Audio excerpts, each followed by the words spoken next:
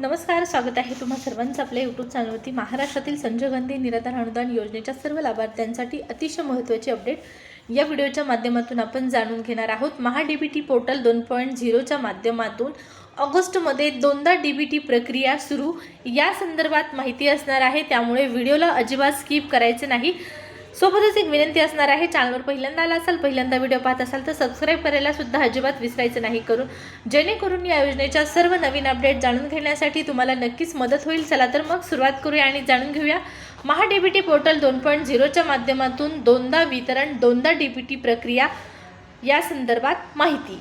सर्वात अगोदर ही डीबीटी प्रक्रिया कोणत्या लाभार्थ्यांसाठी? तर पहा, ही डीबीटी प्रक्रिया संजय गांधी निराधार अनुदान योजनेतील लाभार्थ्यांपैकी विधवा महिला भगिनी असतील, वृद्धापकाळ योजनेचे लाभार्थी असतील, श्रावणबाळ योजनेचे लाभार्थी असतील, या लाभार्थ्यांसाठी। आता या ठिकाणी तुम्हाला एक नोटीस दिसत आहे आणि ही नोटीस आहे महा-डीबीटी पोर्टल 2.0च्या माध्यमातून निराधार योजनेतील इतर लाभार्थ्यांसाठी, म्हणजेच हप्ता वितरण प्रक्रिया सुरू होण्यापूर्वी सूचना देण्यात आलेली होती की 13 तारखेपासून 14 तारखेपर्यंत RFT फाईल तयार करण्याचं काम सुरू असल्या कारणाने सदर कालावधीमध्ये जे पोर्टल आहे महा-डीबीटी पोर्टल 2.0 हे सक्रिय राहणार नाही, अशा पद्धतीच्या स्पष्टपणे सूचना या नोटीसच्या माध्यमातून जारी करण्यात आलेल्या होत्या। ही नोटीस येण्यापूर्वी सर्व लाभार्थ्यांना एक हप्ता वितरण होण्यापूर्वी जुलै-ऑगस्ट हप्ता एकत्र येणार अशा पद्धतीच्या चर्चा सुरू झालेल्या होत्या आणि साहजिकच आहे या चर्चा सुरू होणार, कारण मागच्या महिन्यामध्ये ज्यावेळेस या डीबीटी पोर्टलचं काम सुरू होतं त्यावेळेस काय झालं, अचानकपणे तारीख पडली नाही, थेट लाभार्थ्यांच्या खात्यामध्ये अनुदान जमा झालं। पण हे अनुदान अर्ध्याच लाभार्थ्यांच्या खूप कमी लाभार्थ्यांच्या खात्यामध्ये जमा झालं आणि त्यानंतर पोर्टल अपडेटचं काम सुरू असल्या कारणाने पोर्टल बंद करण्यात आलं। मग अर्ध्या लाभार्थ्यांचा जो जुलैचा हप्ता पेंडिंग होता तो पेंडिंग असणारा हप्ता ऑगस्टसोबत वितरित केला जाणार अशा पद्धतीची त्यांना आशा होती आणि या चर्चासुद्धा सुरू होत्या। मात्र ज्यावेळेस ऑगस्टचं वितरण प्रक्रिया सुरू होण्यासंदर्भात नोटीस आली, या नोटीसमध्ये ऑगस्टचं अनुदान जमा होणार, ऑगस्टच्या अनुदानाची प्रक्रिया RFT फाईल तयार करण्याचं काम सुरू आहे अशा पद्धतीची सूचना देण्यात आली आणि लाभार्थ्यांच्या खात्यामध्ये जुलै-ऑगस्टचं जे पेंडिंग अनुदान होतं त्यापैकी फक्त आणि फक्त 1,500 रुपयाचा हप्ता जमा झाला। आता हा हप्ता बरेच लाभार्थी व्हिडिओच्या खाली कमेंट करत आहेत की आम्हाला ऑगस्टचा हप्ता आलेला आहे, जुलैचा हप्ता आलेला नाही, आणि काही लाभार्थ्यांचं असं म्हणणं आहे की आम्हाला जुलैचा आलेला आहे हप्ता, ऑगस्टचा आलेला नाही। यामध्ये गोंधळ समजून घेणं खूप गरजेचं आहे। पहा, बऱ्याच महिन्यांपासून काय होत आहे, बऱ्याच लाभार्थ्यांना एका महिन्याचा हप्ता येतो, त्यानंतर पुढच्या महिन्याचा हप्ता वितरित केला जात नाही। तसंच झालेलं आहे ऑगस्ट आणि जुलैच्या हप्ता वितरण प्रक्रियेसंदर्भात। म्हणजे ऑगस्टचा हप्ता पेंडिंग, जुलैचा हप्ता पेंडिंग असताना ऑगस्टची नोटीस पडली आणि ऑगस्टचा हप्ता जमा झाला। मग जुलैचा जो पेंडिंग हप्ता आहे या हप्त्याचं अनुदान प्रति लाभार्थ्यांमागे 1,500 रुपये हे नेमकं कुठं गेलं हा प्रश्न यावरून उपस्थित होतो। आणि यावरून एक मुद्दा सांगायचा आहे, प्रत्येक महिन्यामध्ये जर तुम्ही पुढच्या महिन्याचं वितरण लांबवत असाल आणि मागच्या महिन्याचं वितरण चालू महिन्यामध्ये करत असाल तर चालू महिन्याचं वितरण हे एक महिना गाळण्यासारखंच आहे। म्हणजे एक महिन्याचं वितरण प्रत्यक्षामध्ये केलंच जात नाही।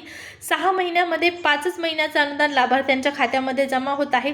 12 महिन्यामध्ये बरेच लाभार्थी असे आहेत की ज्यांना फक्त 7 ते 8 महिन्यांचंच अनुदान जमा होत आहे। आणि या संपूर्ण प्रक्रियेवरून एक मुद्दा स्पष्ट होत आहे, तो म्हणजे निराधार योजनेतील लाभार्थ्यांकडे सरकारचं दुर्लक्ष झालेलं आपल्याला पाहण्यास मिळत आहे की काय, असा प्रश्न निर्माण झालेला आहे। कारण दिव्यांग लाभार्थ्यांचं अनुदान वेळेवर जमा होत आहे। दिव्यांग लाभार्थ्यांना, जसं की मी कालच्याच व्हिडिओमध्ये सांगितलेलं होतं की दिव्यांग सक्षमीकरण विभागाच्या लाभार्थ्यांसाठी या महिन्यात ऑगस्टमध्येच शासन निर्णय निर्गमित होईल। जसं की अगोदर 2-4 महिन्यांपासून दिव्यांग सक्षमीकरण विभागाची निर्मिती झाल्यापासून पुढच्या महिन्याचा अनुदान निधी जो आहे तो अगोदर मंजूर केला जातो आणि वितरण प्रक्रिया एक 10 तारखेच्या आसपास केली जाते किंवा 15 तारखेच्या आसपास केली जाते। मात्र दिव्यांग लाभार्थ्यांसाठी जी प्रोसेस लागू होत आहे किंवा जी प्रक्रिया केली जात आहे ती प्रक्रिया, ती प्रोसेस इतर लाभार्थ्यांसाठी होताना दिसत नाही. या लाभार्थ्यांना प्रत्येक महिन्याच्या हप्त्यासाठी वाट पाहावीच लागत आहे. आणि सगळ्यात महत्त्वाचा मुद्दा म्हणजे बऱ्याच लाभार्थ्यांना हे अनुदान वेळेवर जमा केलं जात नाही. आता ऑगस्टमध्ये दोनदा वितरण, महा DBT पोर्टल 2.0च्या माध्यमातून ऑगस्टमध्ये दोनदा वितरण, ही माहिती, ही लाईन वाचून तुम्ही व्हिडिओवर आला आहात. तर ऑगस्टमध्ये दोनदा वितरण व्हायला काहीच हरकत असणार नाही. पण हे वितरण कुणाला होणार? जर सरकारनं सुरू केलं तर हे वितरण त्या लाभार्थ्यांना ज्यांना जुलैचा हप्ता मिळालेला नाही अशा लाभार्थ्यांसाठी नक्कीच दोनदा DBT प्रोसेस सुरू व्हायला हरकत असायला नाही पाहिजे. ही प्रोसेस सुरू करणं तितकंच गरजेचं आहे. त्यांचा हप्ता पेंडिंग आहे आणि नक्कीच तो मिळाला पाहिजे. त्यामुळे महा DBT पोर्टल 2.0 हे नवीन जे अद्ययावत पोर्टल सुरू केलेलं आहे लाभार्थ्यांच्या अडचणी दूर करण्यासाठी. तर सगळ्यात मोठी लाभार्थ्यांची हीच अडचण आहे की त्यांना हप्ता वेळेवर जमा होत नाही. या महिन्याचा हप्ता पुढच्या महिन्यामध्ये, पुढच्या महिन्याचा हप्ता त्याच्या पुढच्या महिन्यामध्ये असं होत आहे. त्यामुळे जो जुलैचा पेंडिंग हप्ता आहे तो महा DBT पोर्टल 2.0 जे अद्ययावत झालेलं आहे, जे नवीन स्वरूपात लाभार्थ्यांच्या सोयीसाठी उपलब्ध करून देण्यात आलेलं आहे या पोर्टलच्या माध्यमातून, येत्या 25 तारखेच्या आतमध्ये किंवा 30 तारखेच्या आतमध्ये जरी पुन्हा DBT सुरू झालं तर नक्कीच हरकत असणार नाही. या संदर्भात तुम्हाला काय वाटतं नक्कीच कमेंटमध्ये कमेंट करून सांगा. महा DBT पोर्टल 2.0 हे अद्ययावत झालेलं असलं, नवीन स्वरूपात समोर आलेलं असलं आणि लाभार्थ्यांसाठी सुलभपणे काम करण्यासाठी जर हे खरंच सुरू करण्यात आलेलं असेल तर सरकारकडून या पोर्टलच्या माध्यमातून ज्या लाभार्थ्यांना DBT झालेलं नाही, ज्यांचा हप्ता पेंडिंग आहे, त्यांच्यासाठी पुन्हा एकदा DBT प्रोसेस सुरू व्हायला काहीच हरकत नसणार